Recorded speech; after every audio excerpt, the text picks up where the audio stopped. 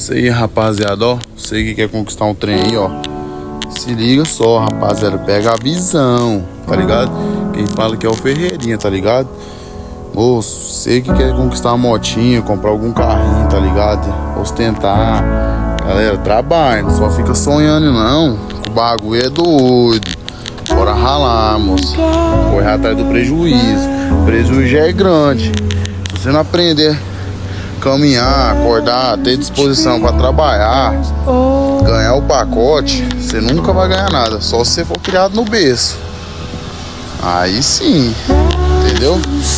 Aí você vai ter as coisinhas que você quer, papai dá, que a mamãe dá, entendeu? Mas caso contrário, dinheiro não cai do céu não. O que cai do céu é só chuva. Então, bora trabalhar. Cria vergonha na cara.